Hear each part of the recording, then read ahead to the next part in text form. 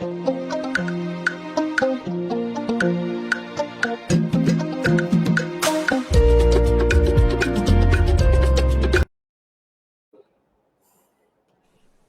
about that, and thank you for rejoining. We appreciate you staying with us despite the technical hitches.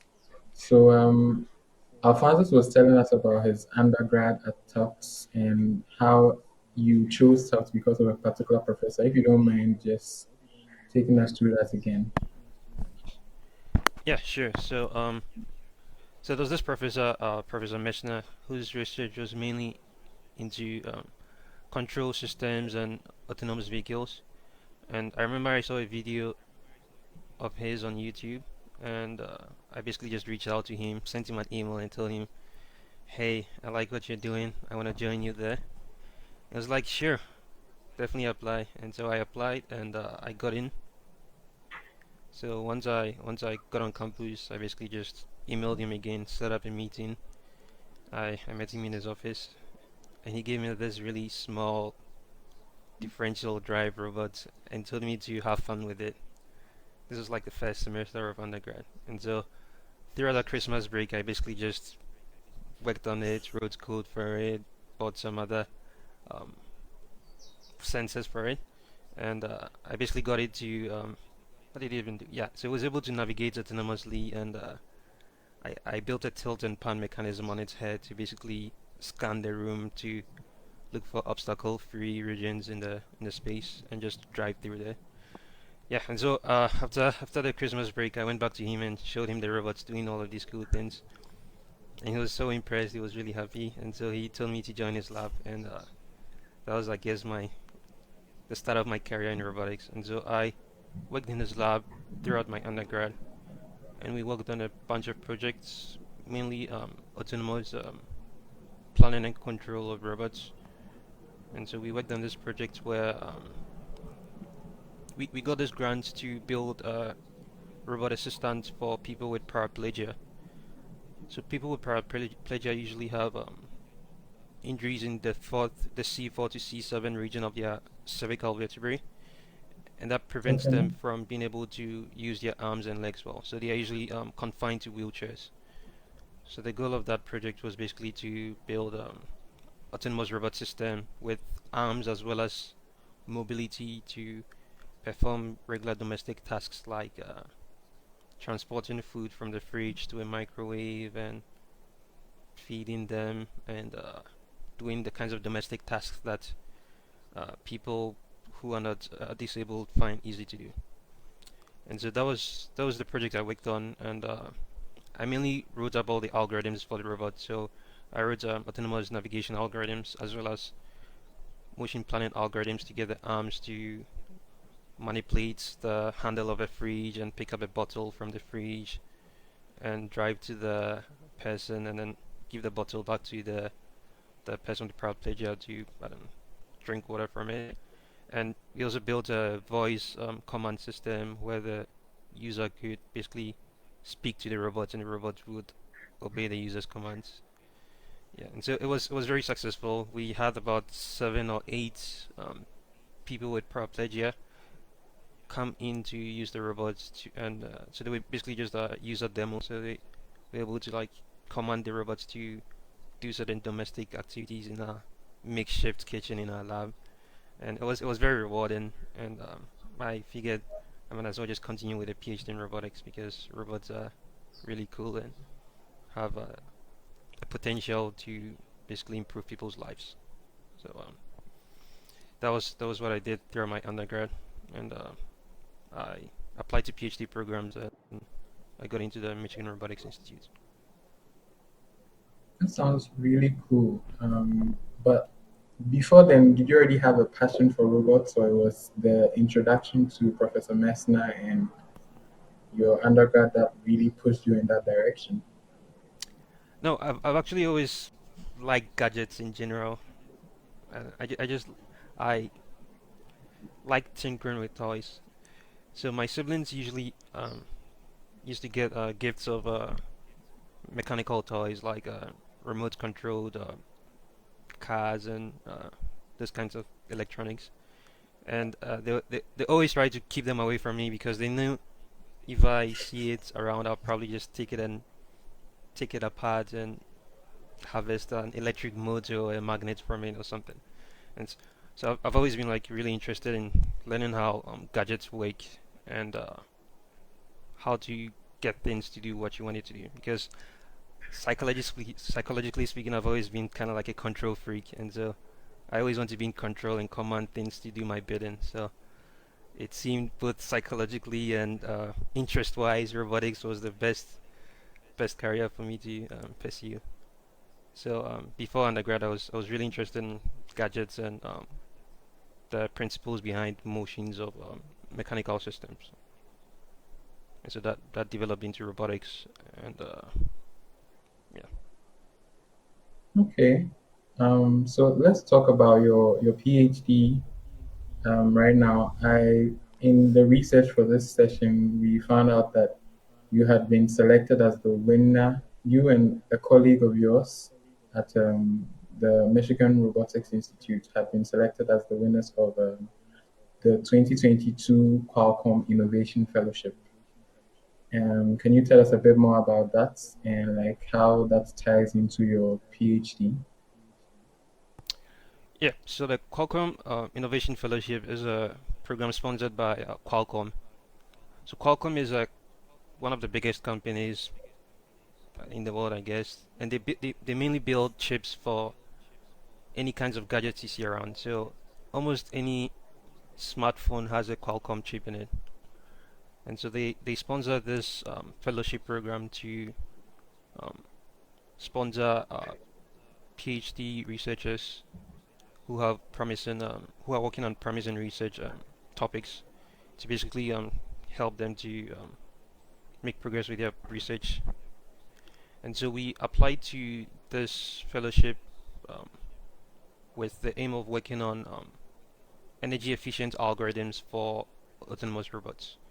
And the main thesis for our application was basically that for autonomous robots that are going to work in the world, for instance, a humanoid robot that is going to be working in human spaces, they often have very tight energy budgets.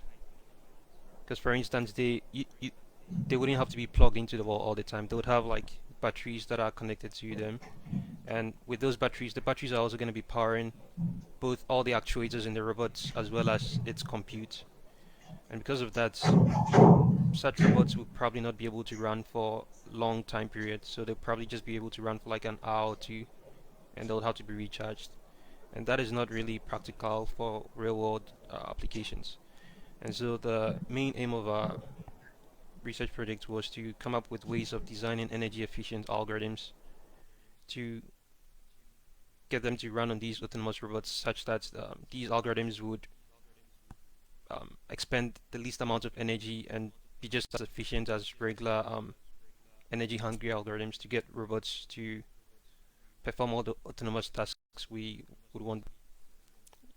Yeah, so that was the main thesis for our application, and so we applied to this fellowship program, and out of about 6,000 applicants, we were selected amongst the 50 or so, probably 30 selected applicants to be awarded this fellowship. And so it was very good because it gives us money to do research, and it's always good to have research funding because as researchers we have lots of ideas.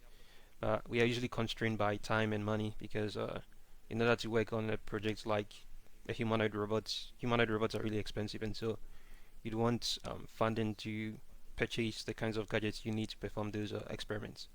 And so they sponsoring our research was a really good thing, and yeah, we're grateful to them. Yeah, but that's the whole story about the Qualcomm Fellowship. It sounds like the work you're doing is going to be, or is, should I even use, the work you're doing is very impactful already with the emergence of AI-powered tools and how robotics and AI can come together to make the world a better place for everyone to live. On a lighter note, someone in the comments is asking, me to ask you if you have a robot in your room. I have a bunch of them around. Well, not exactly in my bedroom, but I probably have one downstairs. Yeah. Okay. What kind of robot is it, if you don't mind me asking? So it's a mobile robot. So it basically has a bunch basically has two wheels, and it Okay. basically just drives around.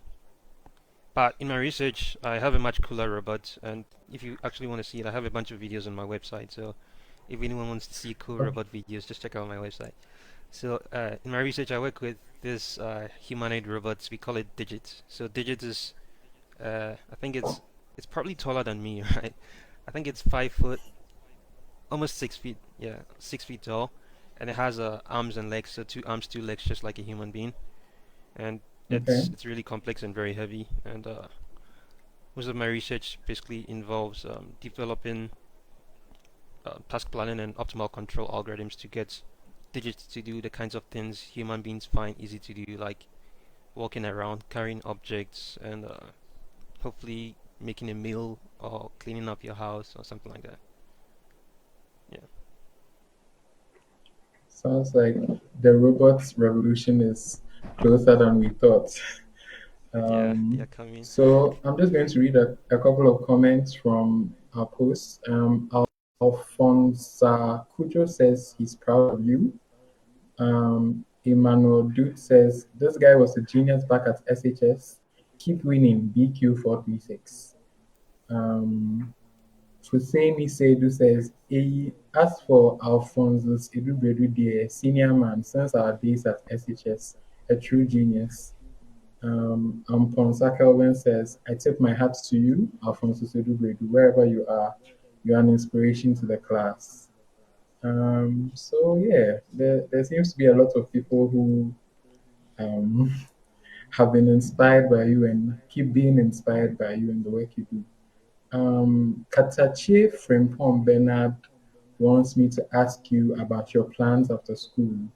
Do you plan on coming back to Ghana to help develop such technologies? Yeah, certainly, certainly, it's part of my plan.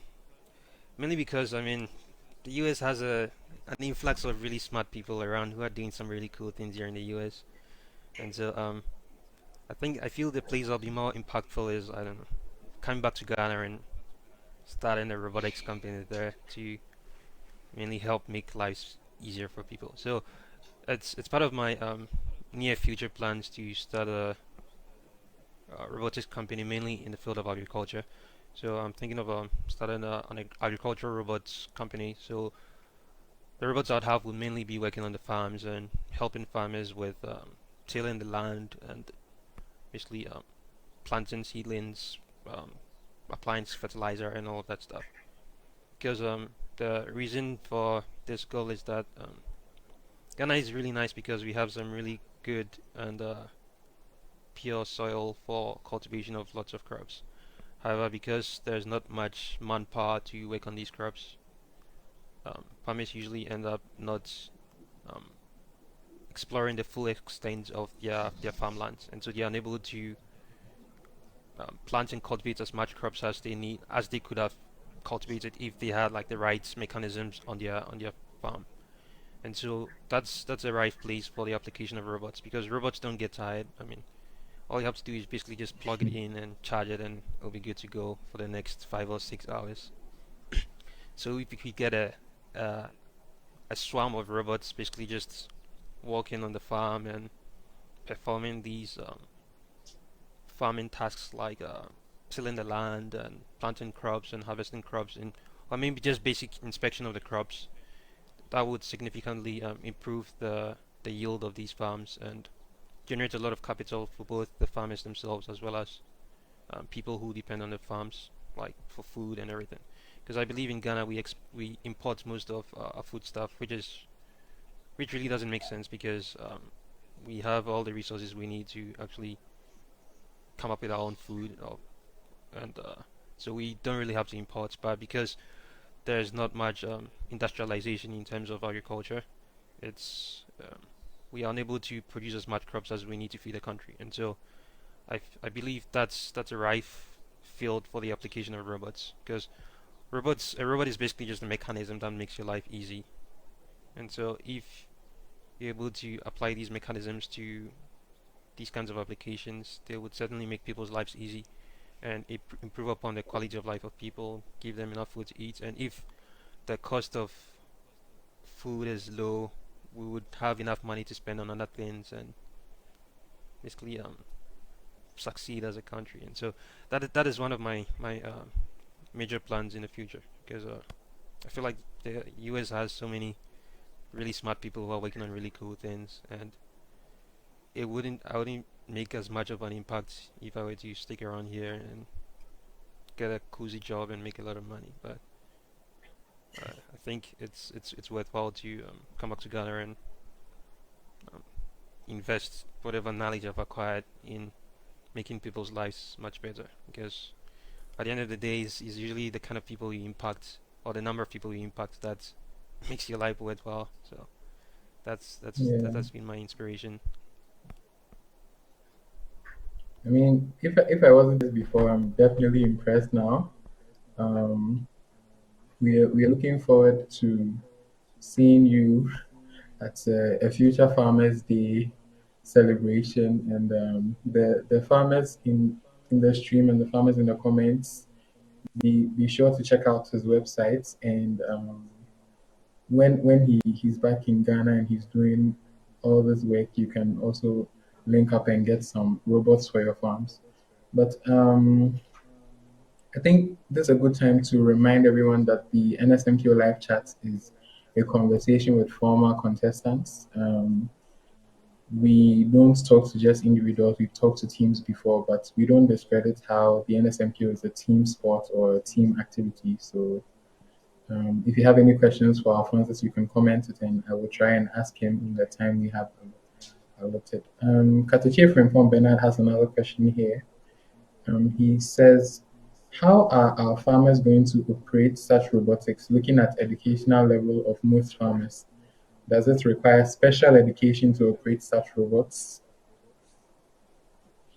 Yeah, that would be a technical challenge we'd have to address, because yeah, as you're quite right that most farmers do not have basic education, and so it would be on us, the developers of these robots, to build them such that they are easily usable by a child or something, or they are intuitive such that you wouldn't really require that much training to actually operate them. And so that's more of a technical challenge than anything else. And there's been lots of research into robot human interaction as well as user interfaces for robots, and so we could certainly apply these kinds of approaches, or we could just come up with our own intuition, and also based on the feedback of farmers who test run our products, we could basically tune our products to their expertise level to ensure that they're able to fully utilize these robots on their farms. And so that's the goal. So, Katachi, I hope your question has been answered. There's always for a problem solver, there's always an opportunity to figure out the best way to do something. Um, I think Ja Young is asking if you were on scholarship for your undergrad. Yeah. I mean, I've been very lucky in life. I've been very blessed in life because I mean, I was given so much money in undergrad that it got to a point they were actually paying me to attend school. So I never really paid any fees or anything, both undergrad and during my PhD. So I've been blessed to be endowed with all of these scholarship to basically just do something like that. And so I was basically just paid to do things I find exciting, which is the optimal place to be in life, right? Yeah, that's really cool. So it pays to be smart. So I hope those watching can stick to their books and hopefully they can also get scholarships and stuff. Um, Back to the NSMQ, do you think participating in it affected like the rest of your life in any way?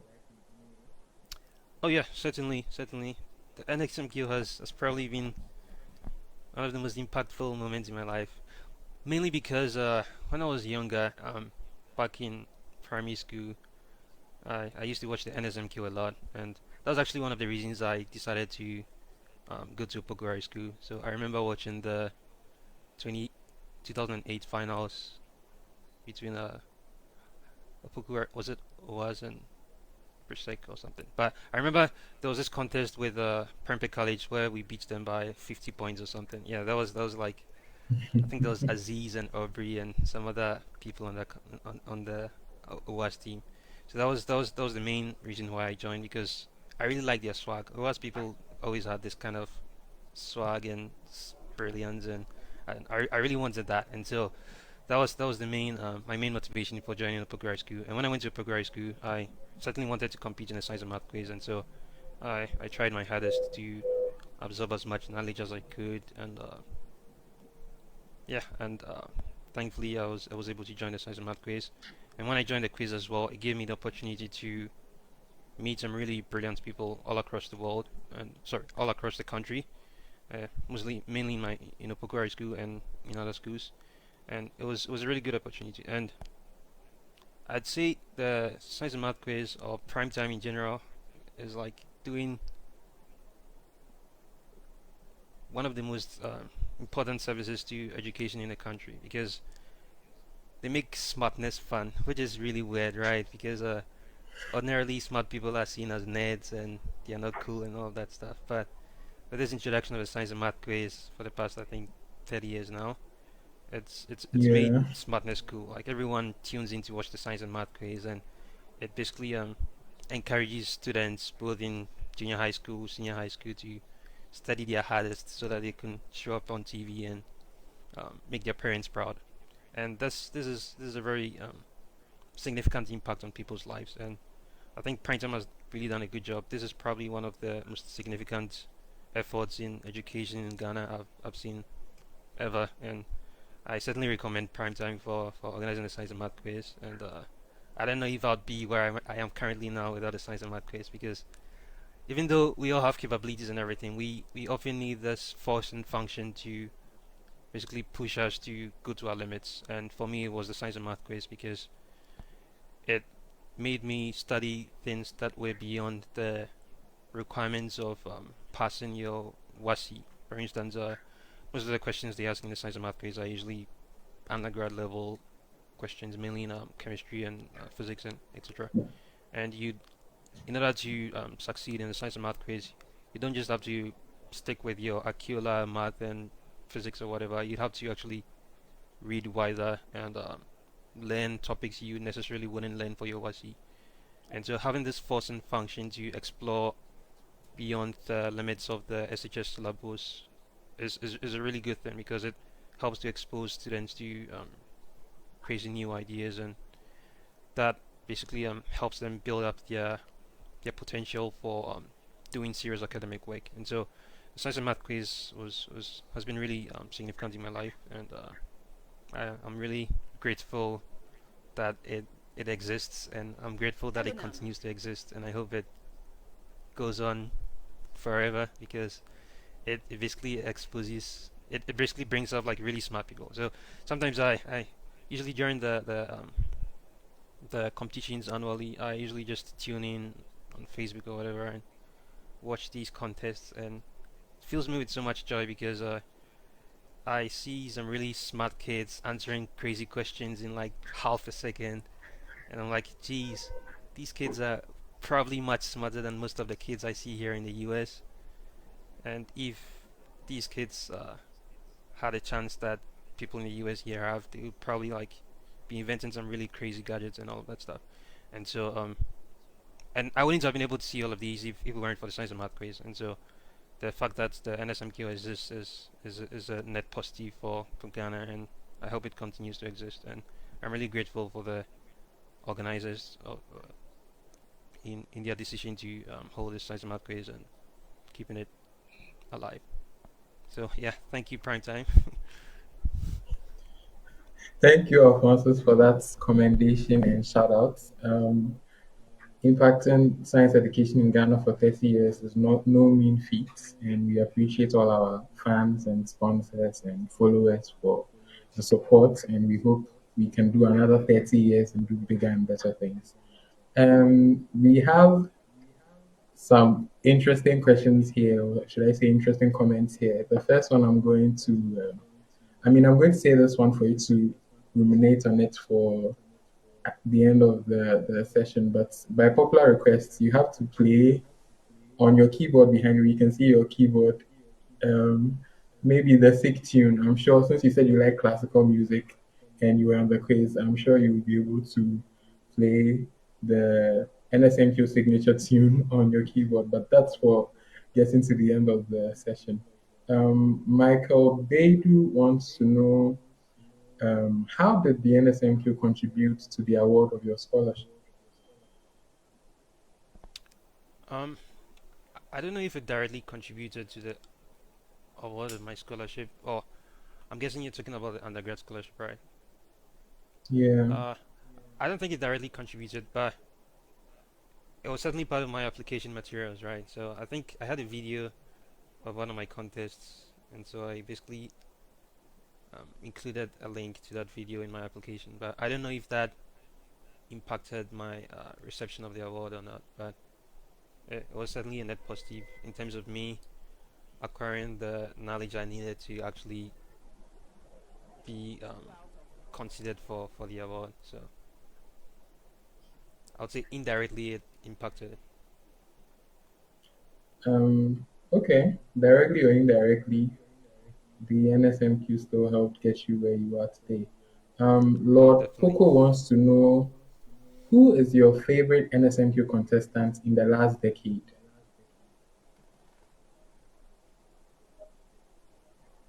Hmm.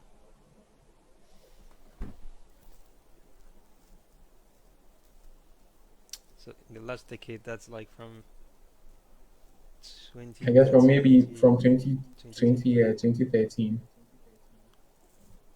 Hmm.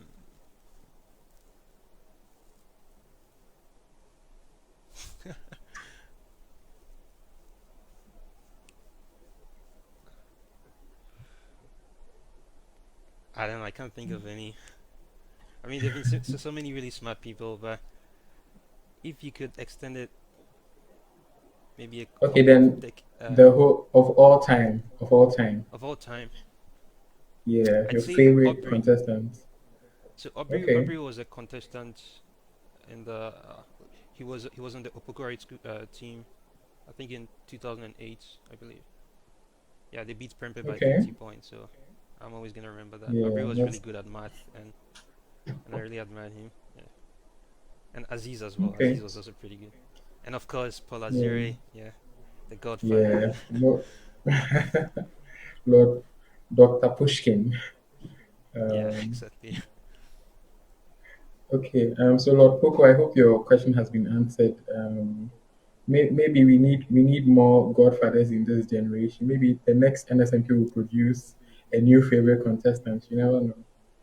Um, Nana LD wants me to ask if Joy was still the housemaster and your thoughts about him. Hmm, okay, I don't know who Joy is. Oh yeah, yeah. Joy. So Joy was the housemaster of my house at St. Peter's. Sorry, at Opoku Ware. So I was in the St. Okay, Peter's house because my school number ends in 6. Yeah, I think Joy was cool. right.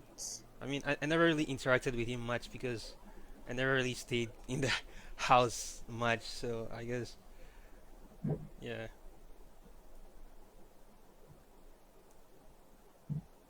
Okay. Well, Nana LD, I hope you've heard that Joy was cool.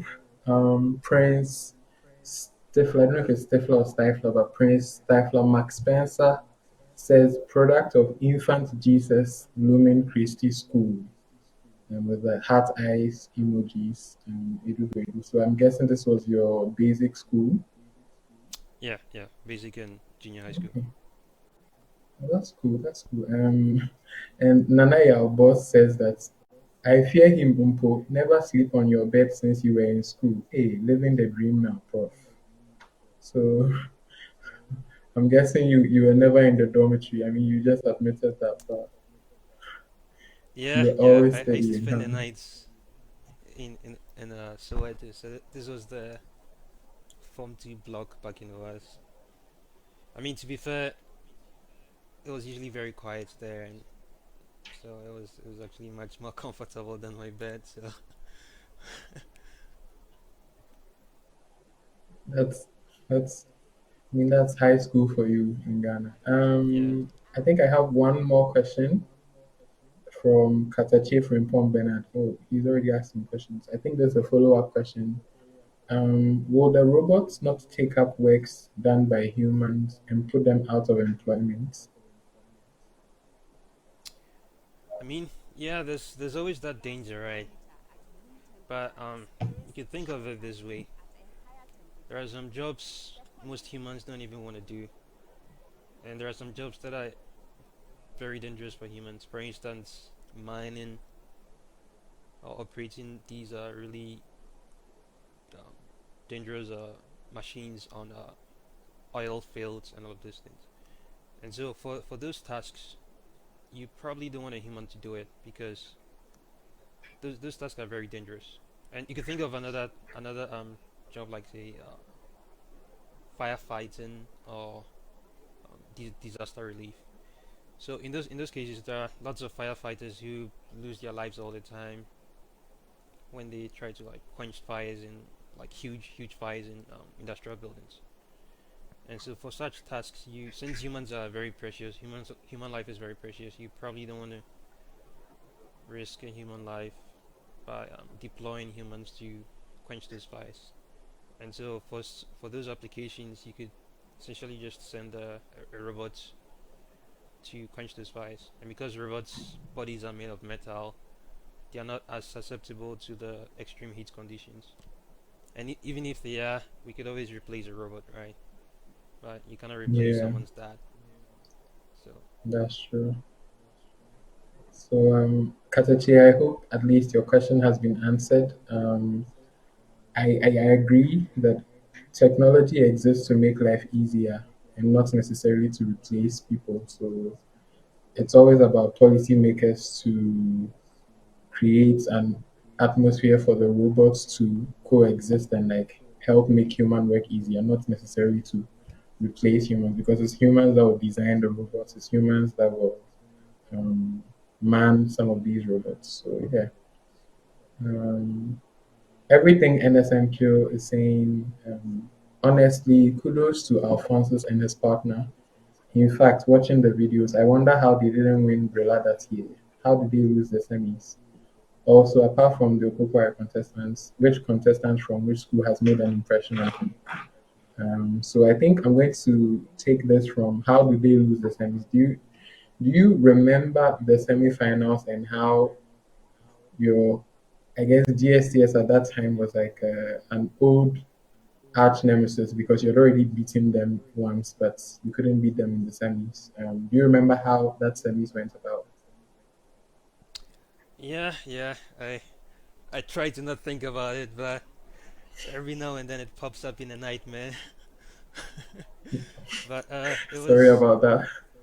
so for that contest, it was basically ours to lose, right? Because I believe in the first and second round we were basically leading, and Hmm. after we got a few questions wrong in the true or false round, we basically deflated and tuned out. Hindsight, we should have been much more resilient in the face of difficulty, but I don't know. We just deflated and lost it. So it was ours to lose. Really, that's how I see it.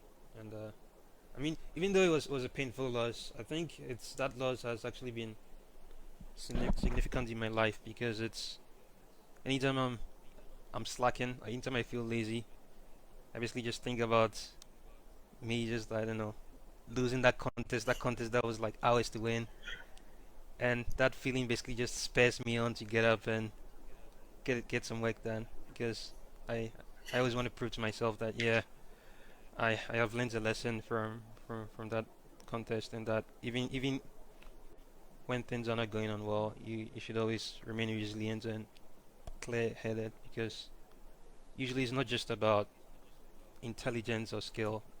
And this is actually one of the main lessons I learned from the science and math quiz, because it's often not the smartest group of students who win. It's usually the group of students who are robust to uncertainty or robust to things not going their way who eventually end up winning.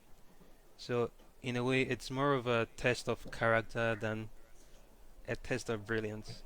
And the fact that Wow. we basically deflated after getting those questions wrong basically told me there's still more I have to work on myself in terms of facing adversity and conquering it. And so even though we lost, I think it's probably had a much more positive impact in my life than if we had won. So I always wear it like a scar and remind myself that if I deflate whenever things are not going well, things could go even worse. So yeah, I think of it as a positive, even though it still hurts. But yeah, That's such a progressive attitude and an inspiring take.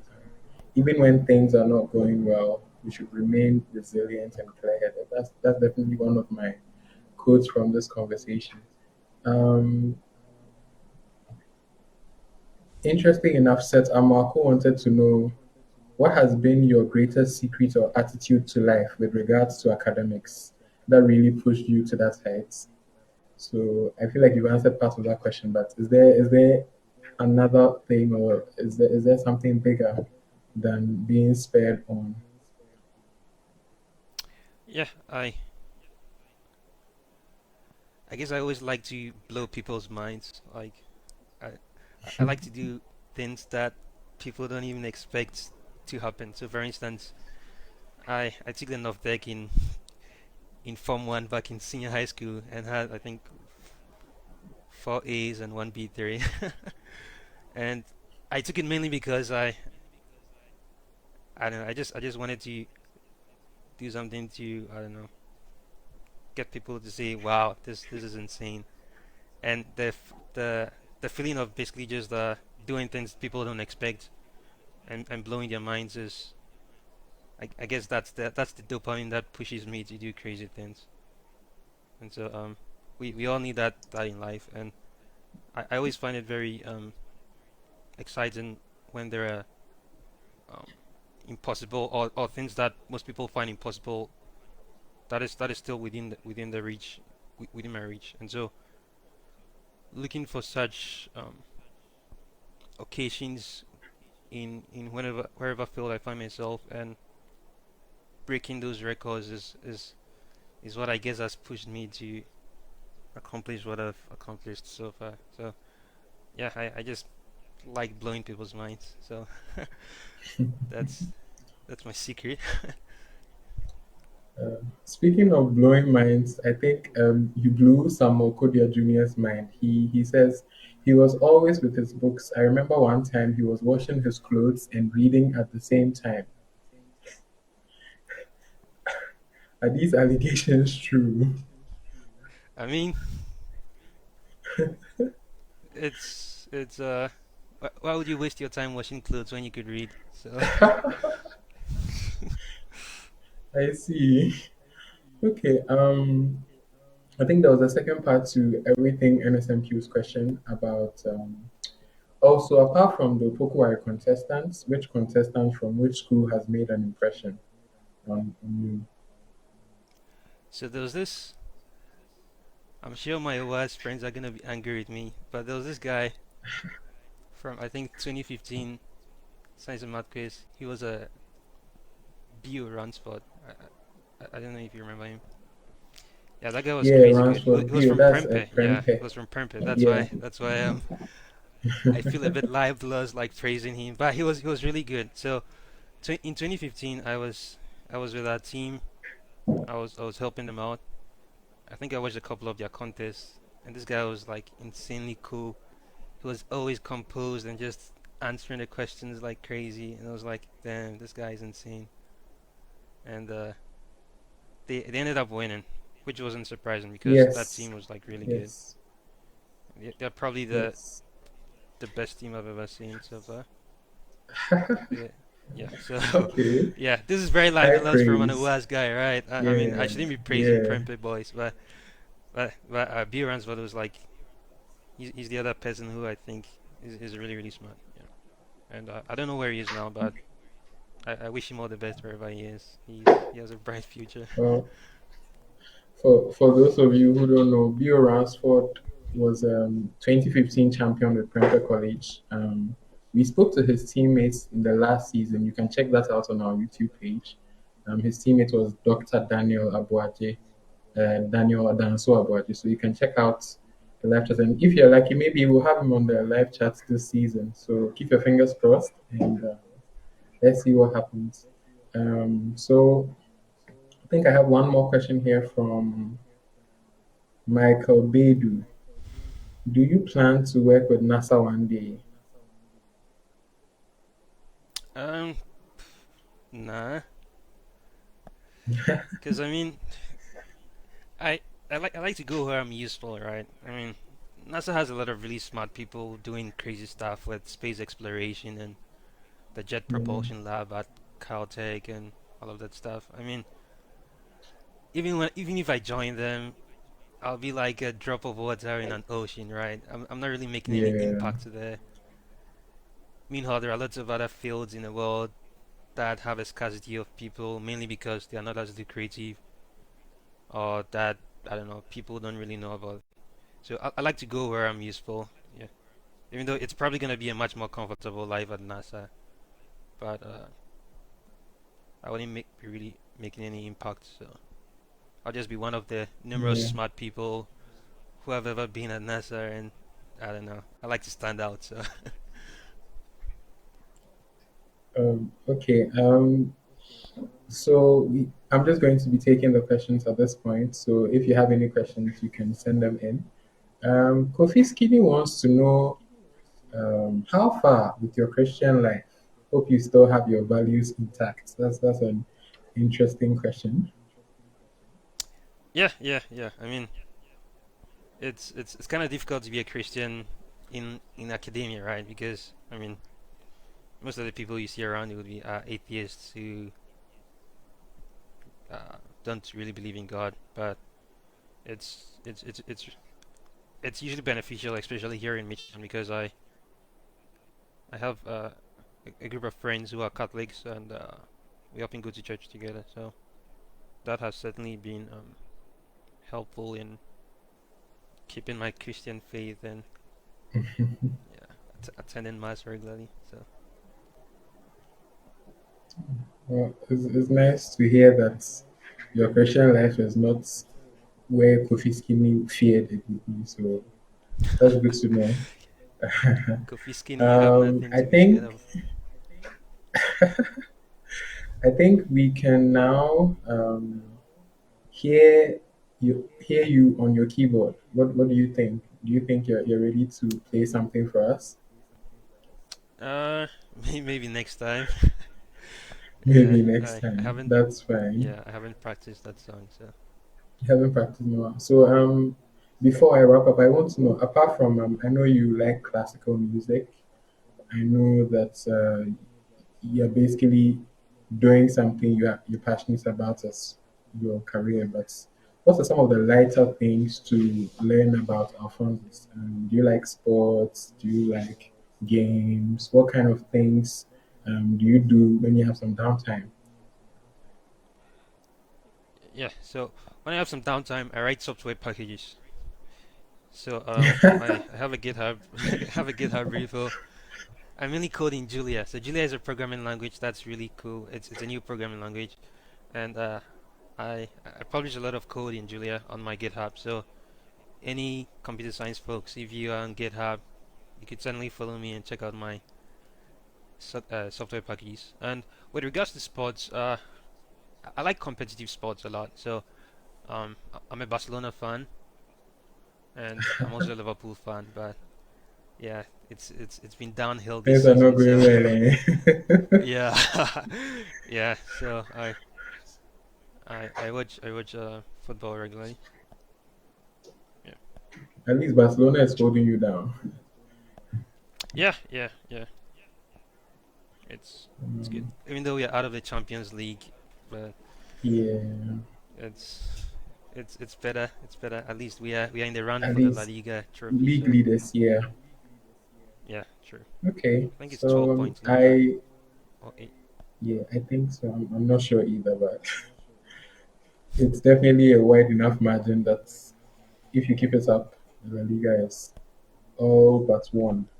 So I guess this brings us to the end of our conversation with Alphonsus. Any last words? Any closing remarks? Do you have any message to current and future scientists and contestants of the NSMQ? Yeah, yeah, definitely. I'd say the world is more egalitarian than it's been. I don't know throughout the existence of humanity, in the sense that currently knowledge is not just confined to the Ivy League schools like MIT, like Harvard or whatever. The knowledge is currently freely available online.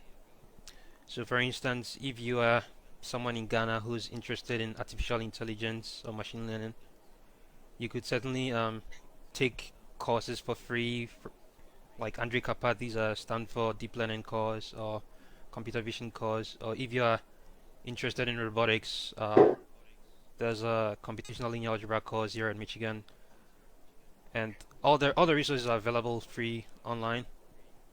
Videos are on YouTube, and so don't let your current geographical location limit you from like acquiring the knowledge you need to acquire. Like, I mean, all of these courses could actually be taken on your phone. So instead of spending too much time on Instagram or Twitter or whatever, you could certainly check out these resources, because you could learn a great deal from just the internet. All you need is basically a device with internet connection, and you could learn so much, and not just acquire the knowledge, but actually use it practically to make your life better. So don't let your geographical location inhibit your creativity or your knowledge. Certainly explore all of these really freely available courses online, and build up yourself, because we are all privileged to be alive, right? I mean, just having life is a privilege, and the point of life is to justify the privilege of your life. And so if if if you've been privileged to be alive and in good health, you should certainly make good use of all the blessings you've received, and do something worthwhile to make other people's lives improve. And so all of these resources are available online to help you build your competence in whatever field you're interested in, and so don't let anything hold you back. Um, Pursue your dreams, and dream wild dreams, and accomplish them, and make your parents happy. Okay, so don't let your geographical location limit your creativity. Make good use of the internet and have wild dreams and the courage to follow them. And I think my personal favorite, even when things are not going well, you should remain resilient and clear headed. So, once again, this has been the NSMQ live chat. Today, I've been chatting with Alphonsus Adu-Bredu, who was on the Opoku Ware School 2014 team. He's currently a PhD candidate at the Michigan Robotics Institute doing some incredible work on automation and robots and stuff like that. So, thank you so much for joining us, Alphonsus. Catch the show again in 2 weeks' time on the 23rd of February, where we'll be speaking to another NSMQ alumnus who I'm sure all of you are eager to see. So stay tuned. Um, Keep following our pages. Keep liking and subscribing. And there are lots of old videos on the YouTube. We reposting some of them in the coming days. And any final words, and you've given your final words, but any shout outs to people, I think Nana Obi wanted to ask if you knew his number. He's BQ29. I'm sure Oh it's yeah, an yeah. Opoku I Ware remember thing. 29. 29 was in my Yeah, class, right? so Yeah, Saint Philip boy. yeah, Yeah. I guess shout outs to you, all my teammates. Yeah, Sebe, 483, Samuel Canton. So Canton is like one of the smartest people I've ever met. So I don't know. I always tell him that he was probably the smartest guy on that team. Samuel Canton, I think he's a medical doctor now. And Rubin and okay. MJ, 191, and Digits, everyone. It's been a while. I know I don't message them, but I'm with you in spirit. So yeah, and the everyone in Opoku Ware, I mean, keep making us proud, and yeah, shout outs to everyone. Okay. So once again, my name is Anthony Benjamin Adiaba. I'm from NSMQ Ghana, signing off. Have a good evening and bye bye.